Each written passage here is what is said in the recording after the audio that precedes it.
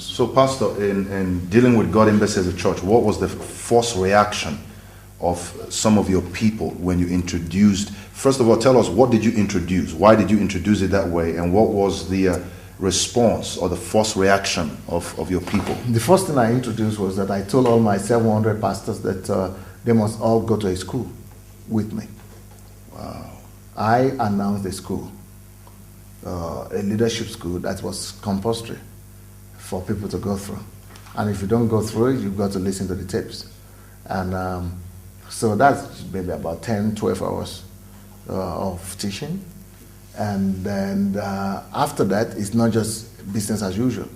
And these were pastors of 1,000, 2,000, 3,000 churches, 500, 200, 100 churches. You know, these are people who already, some of them are very successful. And a lot of them were in my core group, in my leadership group, my apostolic council. And so they were already well established, confident of themselves. And I said, anybody that will refuse to do that, that will not give, and not now, it's not just going to the school. Some of them could stay there with that. But then you have to give exams, and you have to pass the exam. Wow. Wow. So if you don't pass the exam, I'm sorry, you are free to go or lose your position. Wow. And the fundamental the first reason, reaction was, yes, 5 of my 12 left. Wow. That was after the persecution, after the accusations. They didn't leave when the accusations were coming. Yeah. But they left when the changes in the church began to really hit. Because they were saying, but we have been faithful. I mean, we've been faithful. We've been faithful. We've been here all along. We've been faithful. I mean, why should we begin to be treated like kids or like schoolboys? I mean, why should we begin now to give exams? I mean, we need to go pastor. We need to go deal with our people. We need to go train people. And you're making us sit down like kids. I said, we love you. We stood there for you. We were there for you when the old government was against you.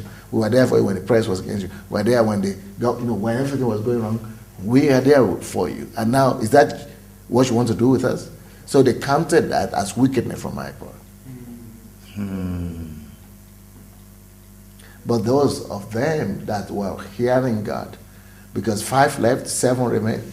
But those 7 were the people, I later discovered that the 5 that left were people who were not practicing some of the things that I was doing, and that was compulsory for our people, for our pastors, our leadership, which is, they were supposed to be going to seek God every month. But they were no more doing it because they were successful, because the comfort had come. They had the results. They had the fame. They had the wealth. They had the conditions. They had they were successful. So that was the first reaction. That's just wow. Wow. And of course, when they left, I blessed them with the churches. Wow. I told them to take them to churches. I was ready to be left with just 1,000 people, but I knew if I would find 1,000 people who would be ready to do all these things. But that was just one thing. That's what I said. More were to come. Because just giving exams, going to the school, that's just one thing.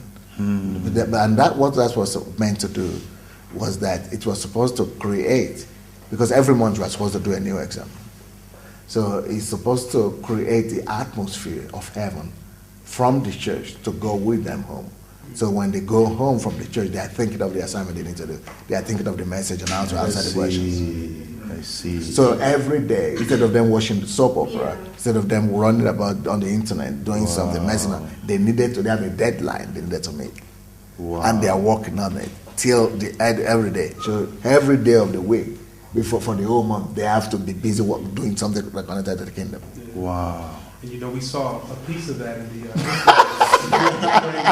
You had the taste already, huh?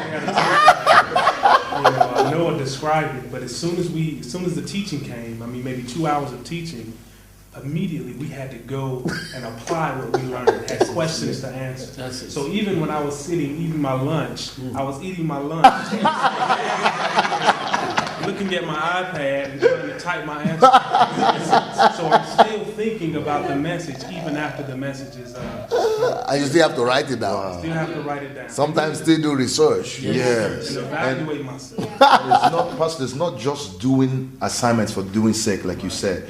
you wanted to hold the people responsible for what they were hearing. Yes. How would you apply that in today's church? Why must people be responsible for what they're hearing, unlike places where people just come to church and feel like it is the pastor's duty to do the teaching, it is my duty just to hear it? Yes, one of the things you could do is not to apply this to the general church, but it's to start out with, the leadership, or just anybody in the church that wants to have more.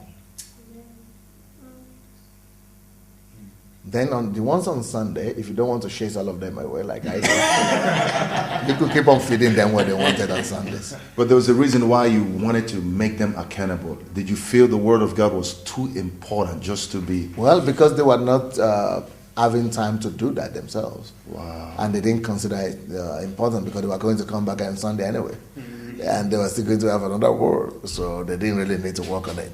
So, and that's why the word was not becoming flesh in them. And I wanted the word to become flesh in them. I wanted the nature of God to be developed in them. And that's what made me who I am. So I really wanted to go through that. But even if not, it's not going to happen to all the members of the church, but I wanted to make sure that a good side of the church was doing this. That's the only way you could raise up history makers. And that's the only way you could raise up sons. Otherwise, you're just having a bunch of flesh in your auditorium. That's it. Wow. There might be beautiful flesh, or big flesh, or small flesh, or clothed flesh, or cosmetic.